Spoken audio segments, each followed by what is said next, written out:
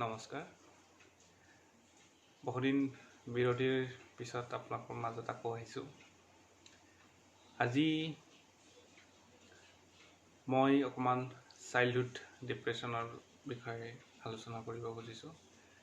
Actually যোৱাকালি মোৰ চেম্বাৰত এজনী সৰু ছোৱালী 9 বছৰৰ ছোৱালী এজনী আহিছিলে কিছুমান সমস্যা লৈ পেলাই, যে ভয় লাগে, হঠাতে কান্দি উঠে, পঢ়াত অমনোযোগিতা হৈ থাকে, অস্থিৰ হৈ থাকে।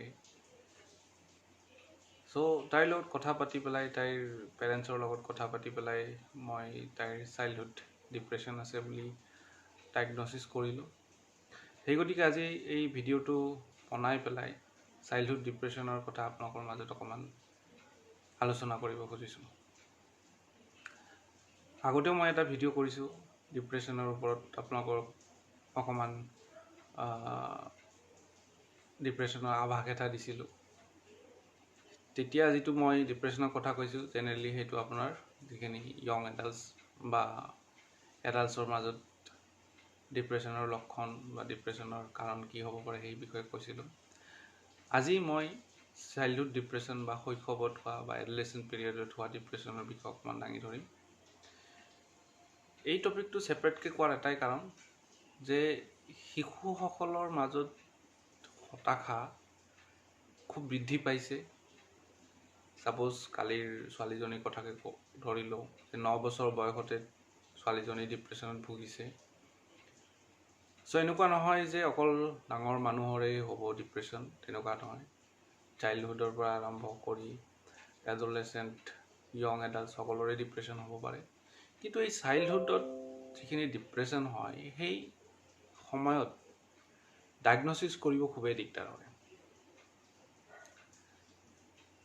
এইকাৰণে দিগদাৰ হয় যে সৰু ল'ৰা ছোৱালীবিলাকে নিজৰ মনৰ ভাৱটো প্ৰকাশ কৰিব নোৱাৰে। তেওঁলোকৰ যিখিনি আমি ব্যৱহাৰিক বা বিহেভিয়াৰেল চেঞ্জেছ দেখা পাওঁ, তেওঁৰ পেৰেণ্টছে যিখিনি কথা আমাক কয় যে এনেকুৱা ধৰণৰ বিহেভিয়াৰেল চেঞ্জেছ আজি কিছুদিনৰ পৰা আমি লক্ষ্য কৰিছোঁ, তো এইখিনিৰ ওপৰত ভিত্তি কৰি পেলাই আৰু ছোৱালীজনীৰ লগত বা ল'ৰাটোৰ লগত কথা পাতি পেলাই আমি ডিপ্ৰেশ্যন ডায়েগন'চিছ কৰিব লগা হয়। আপোনালোকে জানেই যে চাইকেট্ৰিক ইলনেছবিলাকৰ তেনেকুৱা ডেফিনিট কোনো লেবৰেটৰী টেষ্ট নাথাকে। আমি গাৰ্জেনৰ লগত কথা পাতি পেলাই বা পেৰেণ্টছৰ লগত কথা পাতি পেলাই বা ৰোগীগৰাকীৰ লগত কথা পাতি আমি ডায়েগন'চিছ কৰিব লগা হয়।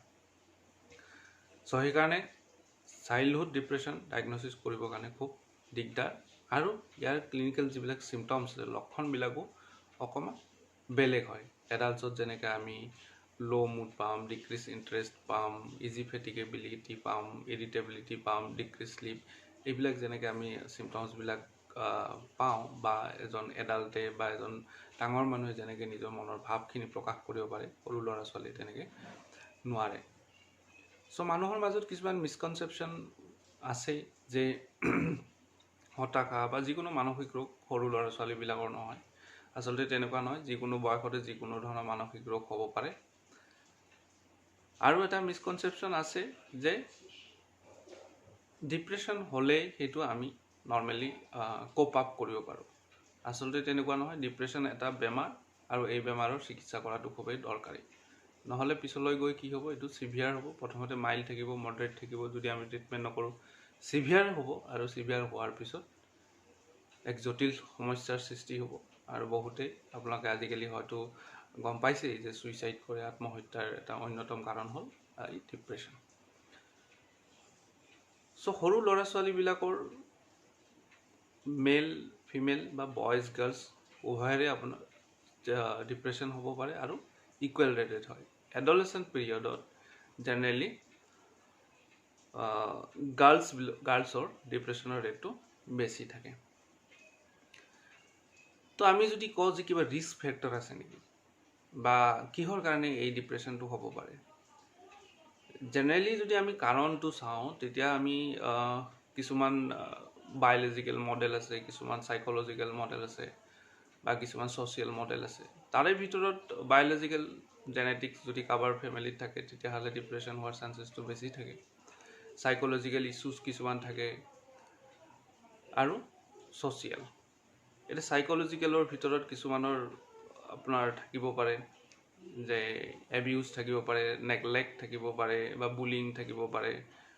স্কুলত যদি বুলিং হয় তেতিয়া হ'ব পাৰে, বা যদি আদাৰ কোমৰবিড কিবা ইলনেছ থাকে বা সাইকেট্ৰিক কিবা কোমৰবিড ডিজিজেছ থাকে, সাপোজ লাৰ্নিং ডিসেবিলিটি থাকে, attention deficit hyper active disorder থাকিব পাৰে, বা অবসেছিভ কম্পালছিভ ডিজৰ্ডাৰ থাকিব পাৰে। এইবিলাকতো পিছলৈ গৈ পেলাই আপোনাৰ ডিপ্ৰেশ্যনৰ লক্ষণ সৰু ল'ৰা ছোৱালীৰ দেখা যাব পাৰে। বা যদি এডলেচেণ্ট পিৰিয়ডত হয় তেতিয়া হ'ব পাৰে যে ৰিলেশ্যনশ্বিপ ইছ্যুজ হ'ব পাৰে, বা ফেইলাৰ ইন এক্সামছ, বা failure in some important task, বা loss of someone very close to them. যদি পৰিয়ালৰ কোনো সদস্যৰ মৃত্যু হয় বা কাৰোবাক হেৰুৱাব লগা হয় তেতিয়াহ'লেও আপোনাৰ সৰু ল'ৰা ছোৱালীবিলাক ডিপ্ৰেশ্যনত ভুগিব পাৰে। এতিয়া চাইল্ডহুড ডিপ্ৰেশ্যনৰ কিছুমান চিম্পটমছ বা লক্ষণৰ কথা আমি আলোচনা কৰিম। মই আগতেই কৈছোঁ যে টিপিকেল যিখিনি মেজৰ ডিপ্ৰেছিভ ডিজৰ্ডাৰৰ লক্ষণ আছে আমি চিলড্ৰেনত সেইখিনি নাপাব পাৰোঁ। তাৰ পৰিৱৰ্তে আমি কিছুমান বিহেভিয়ৰেল চেঞ্জেছ দেখা পাব পাৰোঁ, যিটো আল্টিমেটলি আমি যদি ভালকৈ কথা পাতোঁ পেৰেণ্টছৰ লগত বা ল'ৰা ছোৱালীসকলৰ লগত কথা পাতোঁ, তেতিয়া আমি সেই বিহেভিয়ৰেল চেঞ্জেছৰ ক্লু লৈ পেলাই আমি ডায়েগন'চিছটো কৰিব পাৰিম যে চাইল্ডহুড ডিপ্ৰেশ্যন আছে নে নাই। তো প্ৰথম অৱস্থাত আমি কি ন'টিছ কৰোঁ জেনেৰেলি, যে একাডেমিক পাৰফৰ্মেঞ্চটো লাহে লাহে কমি গৈছে, যে পঢ়াৰ প্ৰতি ধাউতিটো কমি গৈছে, কনচেনট্ৰেশ্যনটো নাইকিয়া হৈছে, একেৰাহে বেছি সময় পঢ়ি থাকিব নোৱাৰে, পঢ়াবিলাক মনত ৰাখিব নোৱাৰে। চ' লাহে লাহে তেওঁৰ যিখিনি স্কুলৰ পাৰফৰ্মেঞ্চ আছিলে সেইখিনি লাহে লাহে কমি যোৱা দেখা যায়। তাৰপিছতে যিখিনি খেলা ধূলাৰ এক্টিভিটি থাকে, লগৰীয়াৰ লগত যিখিনি সময় আগতে খেলিছিলে বা লগৰীয়াৰ লগত টাইম স্পেণ্ড কৰিছিলে, বা নিজৰ বাই ভনী ভাইটি তেওঁলোকৰ লগত টাইম স্পেণ্ড কৰিছিলে, সেইখিনি নাথাকিব পাৰে। বা মুডটো চুইং হৈ থাকিব পাৰে, হঠাতে কিবা এটা কথাতে খং উঠিব পাৰে, খিংখিঙীয়া এক লক্ষণ ফুটি উঠিব পাৰে, খোৱা বোৱাৰ প্ৰতি অনীহা আহিব পাৰে, একেটা জেগাতে জুম পাতি বহি থাকিব পাৰে।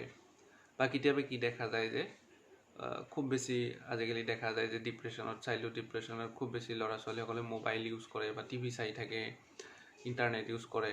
তো তেনেকুৱা ধৰণৰ কিছুমান লক্ষণো দেখা যায়। ইয়াৰ উপৰিও টোপনিৰ খেলি মেলি হ'ব পাৰে, ইনচমনিয়া হ'ব পাৰে, বা কিছুমানৰ হাইপাৰচমনিয়া বা টোপনি বেছিও হ'ব পাৰে। এপেটাইটটো ক'লোৱে মই, এপেটাইটটো কমি যাব পাৰে, বেছিভাগ ক্ষেত্ৰত কমি যোৱা দেখা যায়, কিছু কিছু ক্ষেত্ৰত কেতিয়াবা বাঢ়াও দেখা যায়। আৰু কিছুমানে কমপ্লেইন কৰিব পাৰে যে গাটো বিষাই আছে, গাটো ভাল লগা নাই, অলপ জ্বৰ জ্বৰ ভাৱ হৈ আছে, কিন্তু ধৰি লওক ইনভেষ্টিগেশ্যন কৰিলে সেইবিলাক নৰ্মেল ওলায়। তো এইটো এটা ডিপ্ৰেশ্যনৰ লক্ষণ হ'ব পাৰে। ঠিক তেনেকৈ আমাৰ এডাল্টতো এই চিমটমছটো মই আগতেই কৈছোঁ যে সোমাটিক চিমটমছ থাকিব পাৰে ডিপ্ৰেশ্যন, ঠিক তেনেকৈ চিলড্ৰেনৰ কেতিয়াবা থাকিব পাৰে। বা কেতিয়াবা চিলড্ৰেনৰ কি হয়, এটা এপ্ৰিহেনশ্যন এটা হৈ থাকে যে ভয় লাগে, হঠাতে কেতিয়াবা ভয়তে কান্দি দিয়ে, তেওঁলোক এক্সপ্ৰেছ কৰিব নোৱাৰে। সৰু ল'ৰা ছোৱালীবিলাকৰ মেইন প্ৰব্লেমটো কি হ'ল, তেওঁলোকে এক্সপ্ৰেছ কৰিব, মনটো বেয়া লাগি থাকিলেও তেওঁলোকে সেইটো বুজি নাপায় বা সেইটো কেনেকৈ প্ৰকাশ কৰিব লাগে সেইটো বস্তু নাজানে। তো তেওঁলোকে কি কয়, ভয় লাগিব পাৰে, ভয় লাগি পেলাই হঠাতে কান্দি দিব পাৰে। কিন্তু তেওঁলোকক যেতিয়া আমি সুধিম যে কিহৰ কাৰণে কান্দিছে, বা পেৰেণ্টছে যেতিয়া এনকুৱাৰী কৰে যে কিহৰ কাৰণে কান্দিছে, তেওঁলোকে সেই বস্তুটো এক্সপ্ৰেছ কৰিব নোৱাৰে। তো এইটো এটা আমাৰ চাইল্ডহুড ডিপ্ৰেশ্যনৰ আৰ্লি চিমটমছ হ'ব পাৰে। তো যদি লেট, যেতিয়া আমি ডায়েগন'চিছ কৰোঁতে পলম হৈ যায়, লেট চাইন চিমটমছ হ'ব পাৰে, যে কেতিয়াবা ক'ব পাৰে যে মোৰ আৰু জীয়াই থাকিব মন নাযায়, যে চুইচাইডেল থটছ বা চুইচাইডেল আইডিয়েশ্যন কেতিয়াবা আহিব পাৰে, বা কেতিয়াবা ছেল্ফ হাৰ্ম বিহেভিয়াৰ আহিব পাৰে, যে নিজেই নিজৰ হাতখন কাটি ল'লে বা নিজেই মূৰটো গৈ পেলাই ৱালত মাৰি দিলে, তেনেকুৱা ধৰণৰ ছেল্ফ হাৰ্ম কিছুমান বিহেভিয়াৰ থাকিব পাৰে। আৰু ল'ৰা ছোৱালীবোৰত যেনে কি হয়, এজিটেটেড হয়। মেইনলি এডাল্টত যিখিনি ডিপ্ৰেশ্যন হয় তেওঁলোক অকণমান ডাউন হৈ থাকে, কিন্তু চাইল্ডহুড ডিপ্ৰেশ্যনত কেতিয়াবা দেখা যায় যে খুব এজিটেটেড হৈ থাকে, ৰেষ্টলেছ হৈ থাকে। চ' সেইকাৰণে এই চিমটমবিলাকৰ কাৰণে চাইল্ডহুড ডিপ্ৰেশ্যনটো ডায়েগন'চিছ কৰিব খুব দিগদাৰ, কাৰণ আমি টিপিকেল চিমটমছবিলাক এই চাইল্ডহুড ডিপ্ৰেশ্যনত নাপাওঁ। আমি যদি এবাৰ ডায়েগন'চিছ কৰিব পাৰোঁ তেতিয়াহ'লে ট্ৰিটমেণ্টটো আমি কৰিব পাৰিম, আৰু ট্ৰিটমেণ্ট কৰিলে ই 100% চাইল্ডহুড ডিপ্ৰেশ্যন ভাল হৈ যায়। আৰু যদি আমি আনডায়েগন'জড হৈ থাকে ডিপ্ৰেশ্যন এটা, তেতিয়াহ'লে ই ছুইচাইডৰ কাৰণ হ'ব পাৰে, ই প'ৰ একাডেমিক পাৰফৰ্মেঞ্চৰ কাৰণ হ'ব পাৰে, আৰু ডিজেবিলিটিৰ কাৰণ হ'ব পাৰে। ডিজেবিলিটি ইন দ্য চেন্স মই এইটো কাৰণে ক'ব খুজিছোঁ যে depression is one of the most common cause of disability in entire world.